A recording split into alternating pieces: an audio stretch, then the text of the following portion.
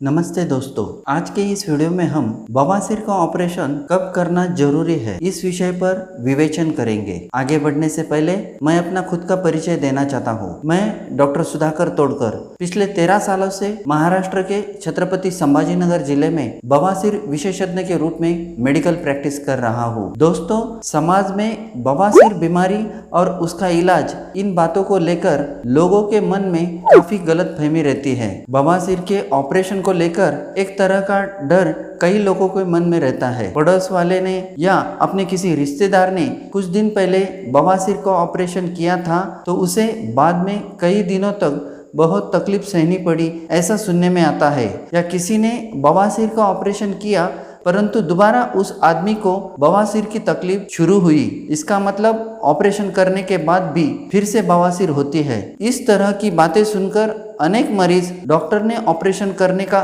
सुझाव देने के बाद भी तकलीफ सहते रहते हैं परंतु ऑपरेशन नहीं करवाते। या कुछ लोगों को ऐसा भी लगता है कि डॉक्टर केवल ज़्यादा पैसे कमाने के लिए हमें ऑपरेशन करने को बोल रहे हैं। दोस्तों, इस तरह का विचारों का माहौल अनेक लोगों के मन में चलते रहता है और फिर वह लोग अपनी बीमारी की तकलीफ सहते रहते हैं। बार बार डॉक्टर बदलते रहते हैं, दवाइयाँ बदलते रहते हैं। अगर आप भी बवासीर के मरीज हैं और इस तरह से ऑपरेशन करें या ना करें, इस द्विधा मन स्थिति में हो तो यह वीडियो अंत तक जरूर देखें। आप इस चैनल पर यह वीडियो पहली बार देख रहे हो तो चैनल को सब्सक्राइब जरूर करें और उसके आगे का बेल आइकन बटन दबाएं ताकि भविष्य में आने वाली ऐसे ही नॉलेजेबल वीडियो का नोटिफिकेशन आपको सबसे पहले मिले। दोस्तों, आइए सबसे पहले ये जान लेते हैं कि बवासीर का ऑपरेशन कब करना चाहिए। बवासीर यह एक तकलीफ देने वाली और ठीक होने में भी कठिन ऐसी एक बीमारी है। अगर आपको बवासीर की वजह से बहुत दर्द होता है, सुबह से शुरू हुआ दर्द शाम तक रहता है, पेन किलर दवा खाने के बाद थोड़ी देर तक राहत मिलती है और फिर से दर्द शुरू होता है, दर्द के वजह से आपका किसी काम में मन नहीं लगता, यहाँ तक कि आप टॉयलेट जाने से भी डरते हैं, टॉयलेट को जाना ना पड़े इस कारण आप अपना खाना कम कर देते हैं, 2 या 3 दिन तक आपको टॉयलेट नहीं होती है। अगर आपकी ऐसी स्थिति है तो समझ ले कि आपकी बीमारी ज़्यादा बढ़ गई है। ऐसी स्थिति में दवा गोली असर करती नहीं है तो समझ जाओ कि अब आपको उसका ऑपरेशन करने का वक्त आ गया है। दूसरी बात, बवासीर में खून गिरता है। टॉयलेट में हर रोज 8 से 10 बूंद या कभी कभी उससे भी ज़्यादा खून गिर रहा है। दवा गोली खाने के बाद भी खून गिरना शुरू है। अलग अलग दवाएं जैसे एलोपैथिक दवा, होम्योपैथिक दवा, आयुर्वेदिक दवा, सब तरह की दवा खाने के बाद भी खून गिरता ही जा रहा है तो समझ लो कि आपकी बीमारी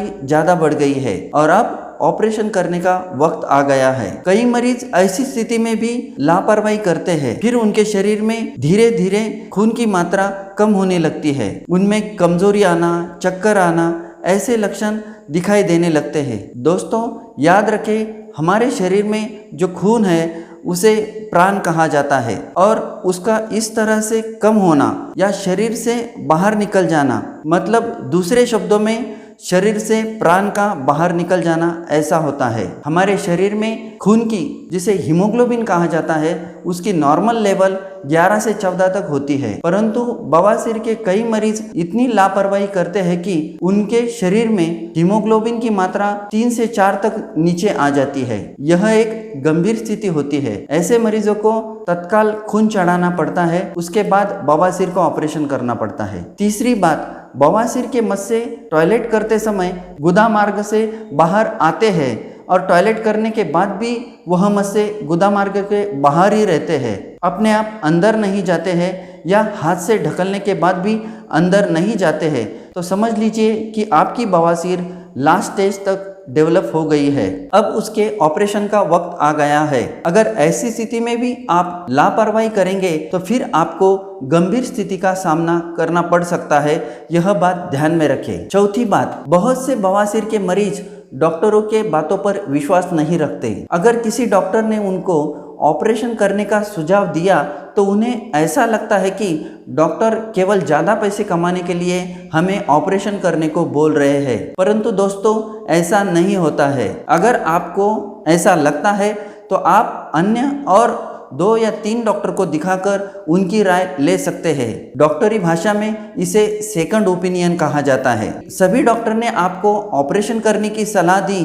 तो समझ लीजिए कि आपकी बवासीर ज़्यादा बढ़ गई है और अब ऑपरेशन करने का वक्त आ गया है। उसके बाद आपको जहां सही लगे वहां आप ऑपरेशन कर सकते हैं। दोस्तों, हर आदमी का शरीर अलग होता है, प्रकृति अलग होती है और बवासीर बीमारी भी अलग अलग होती है। किसी को ऑपरेशन के बाद बहुत तकलीफ हुई या ऑपरेशन के बाद फिर से बवासीर हुई ऐसा है और आप समझते हैं कि आपको भी बहुत तकलीफ होगी या फिर से बवासीर होगी, तो आपकी यह सोच गलत है। जिस किसी को भी ऑपरेशन के बाद बहुत दर्द हुआ या फिर से बवासीर हुई तो ऐसा होने के बहुत सारे कारण होते हैं, यह बात समझ ले। तो दोस्तों, यह थी बवासीर का ऑपरेशन कब करना जरूरी है इस विषय पर संपूर्ण शास्त्रीय विवेचन। मुझे आशा है कि यह वीडियो देखने के बाद आपके मन के सारे सवाल या आशंका दूर हो गई होगी। उसके बाद भी आपके मन में कोई सवाल हो तो आप मुझे नीचे दिए गए कमेंट बॉक्स में पूछ सकते हैं। मैं आपके सवालों का जवाब देने की कोशिश करूंगा। तो दोस्तों, आज के लिए इतना ही। फिर मिलते हैं अगले किसी ऐसे ही नॉलेजेबल वीडियो को लेकर। तब तक के लिए धन्यवाद। Stay fit, stay healthy.